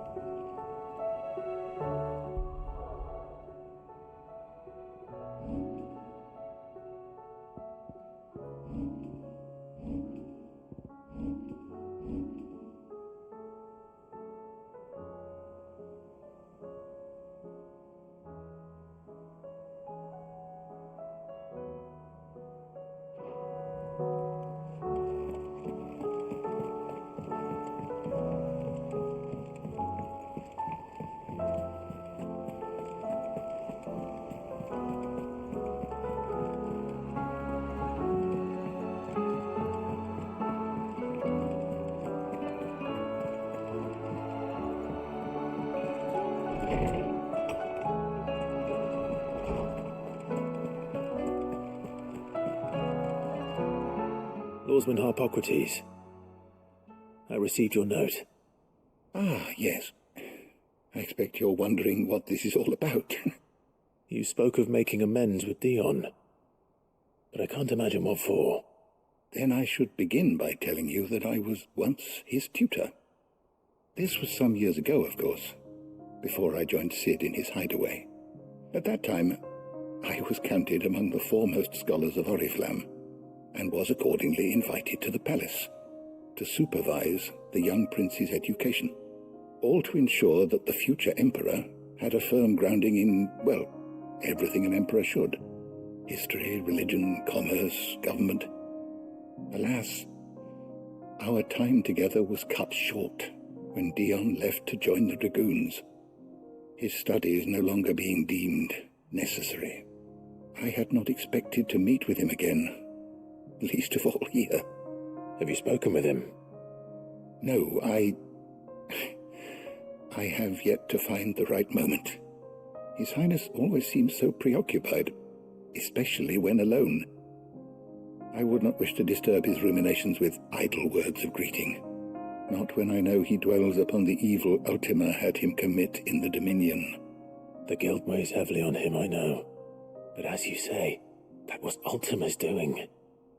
Surely you can't blame yourself. When I first met him, it was not guilt, but his people's expectations that weighed heavily upon him, and I did nothing to ease that burden. He bore it alone, until the day he could not bear it any longer. It is one of my greatest regrets that I only ever offered him my wisdom, when what he truly needed was friendship. The blame for Dion's transgressions lies not only on his shoulders, but on mine. I see. I'm ready to help you in any way that I can. Then I beg that you bring me a wild wyvern tail. Apothecaries across the ages agree that even to glimpse such a flower is to be granted inner solace. Fabulists and fraudsters all, of course. But there is oft a seed of truth to be found where even the most outlandish opinions align. Well, it can't hurt to try. Where can I find this flower? And how will I know it?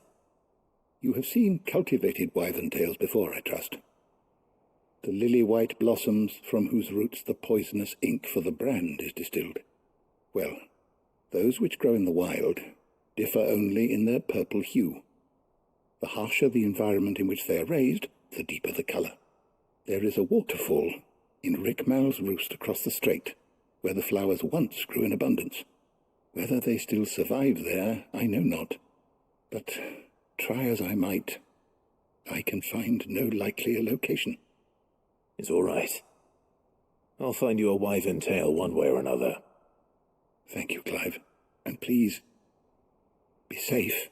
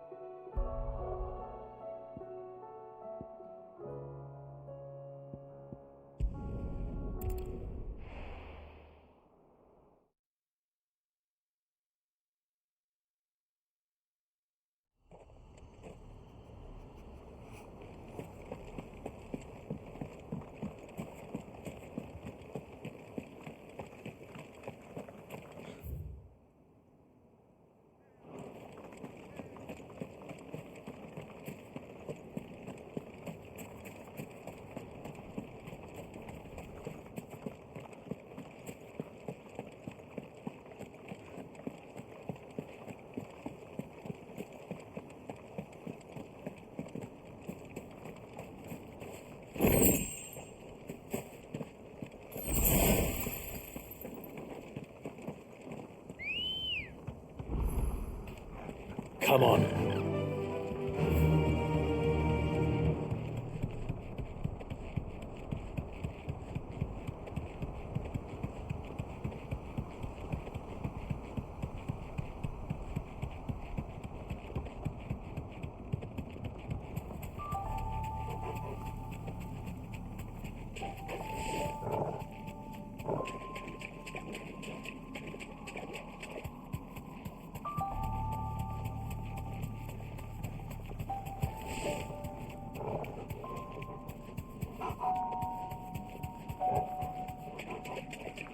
Seems this place has been flooded twice over. Purple flowers blooming next to a waterfall. Shouldn't be too hard to find.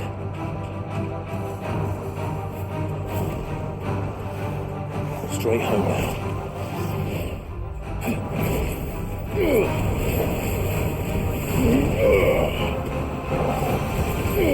Nice try. You're too slow.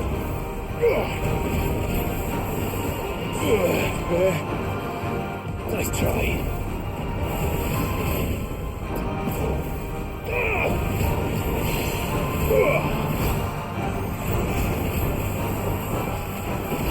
Too slow.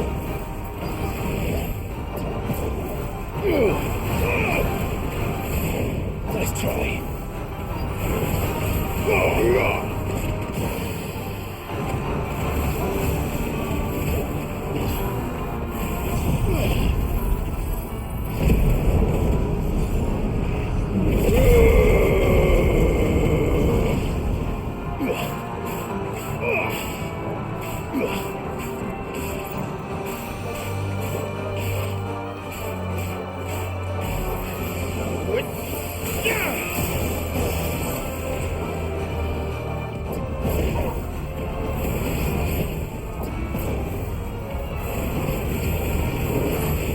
Too slow. Nice try.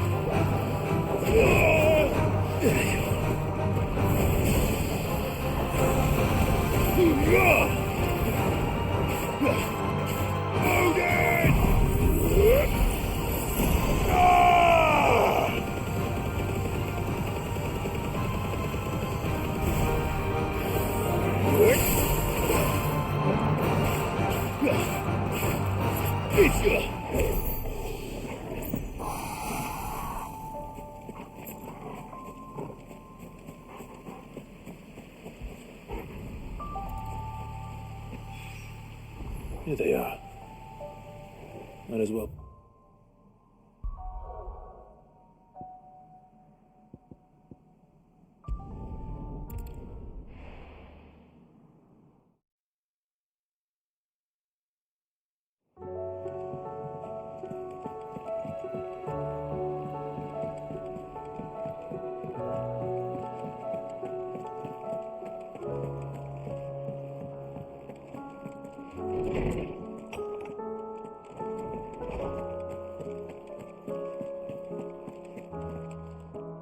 Oarsman, I found the flowers you were looking for. You did? I think I did.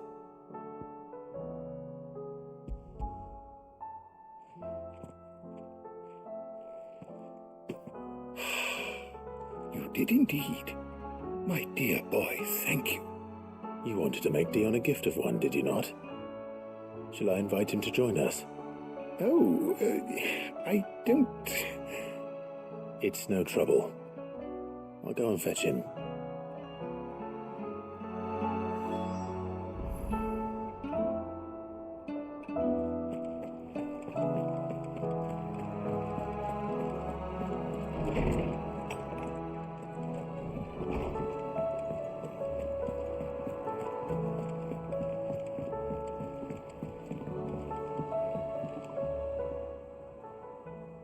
Your Highness, would you do me the honor of accompanying me? No. It is time, then. No. Only to the shelves. Our lawsman has something he'd like to give you. Master Harpocrates. No. I dare not show my face before him. Not after everything I have done. I have taken countless innocent lives. and ruined countless more. All because I was weak. I have sworn to atone for my crimes or die in the attempt. But were I to meet with him again, and see in his eyes what I have become, I fear that my resolve might falter. Then that is all the more reason to do it. Test your resolve. Prove to yourself, and to him, how strong it truly is.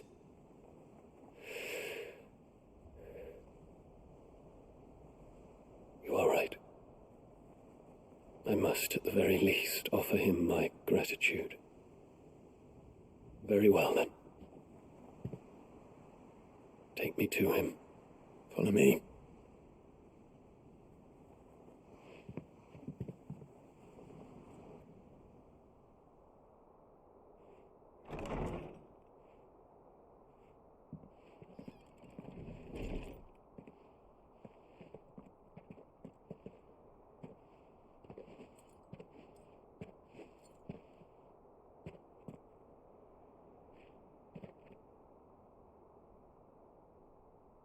Even now, I hesitate to approach him.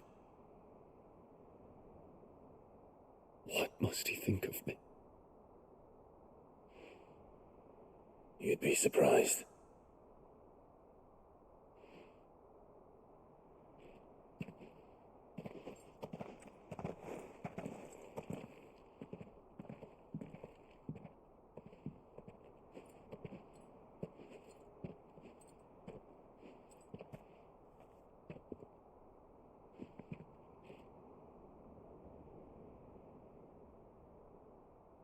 Master Harpocrates, pray, accept my apologies for leaving your tutelage before my studies were complete.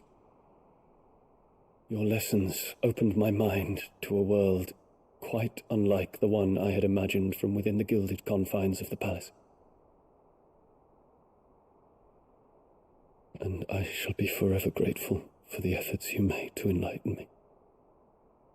Lift up your head, Your Highness. The deeds of youth require no apology. That you took the time to visit me says much about the man you have become. Now, there is something I would like to show you.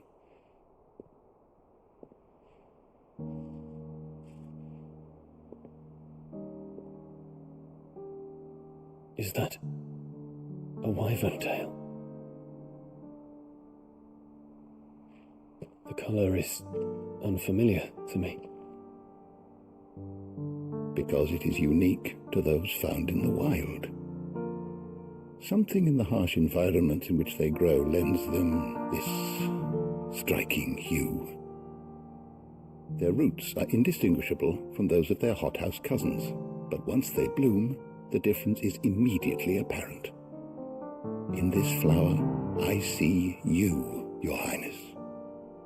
Its roots were the roots of a wyvern tail, with all that implies.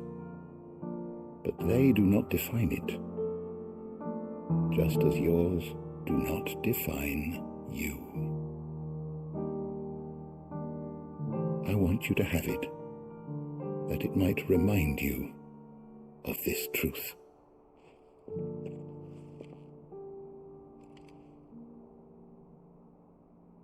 Master Harpocrates, I would ask of you a service. Keep your gift until I have fulfilled my duty to the realm, for only then shall I be deserving of it.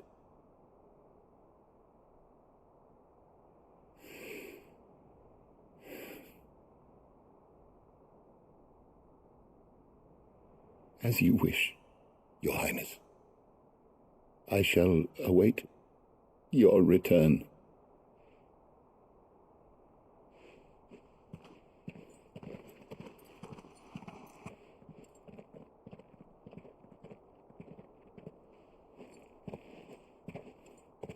Our roots do not define us. No wonder my stepmother didn't like him. For reuniting me with memories I had thought long lost.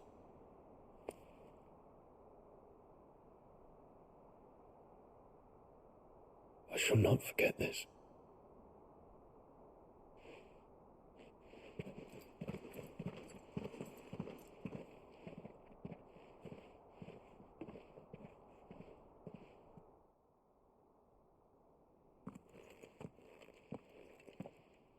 Thank you, Clive.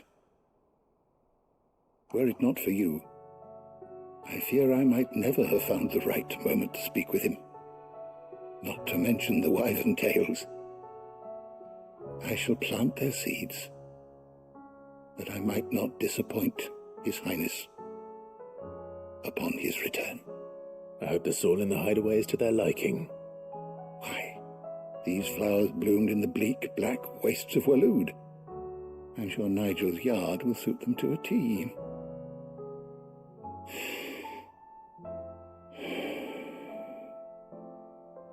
When it comes to expressing one's gratitude, I find that words are seldom sufficient. Here. What's this? A stoler's quill.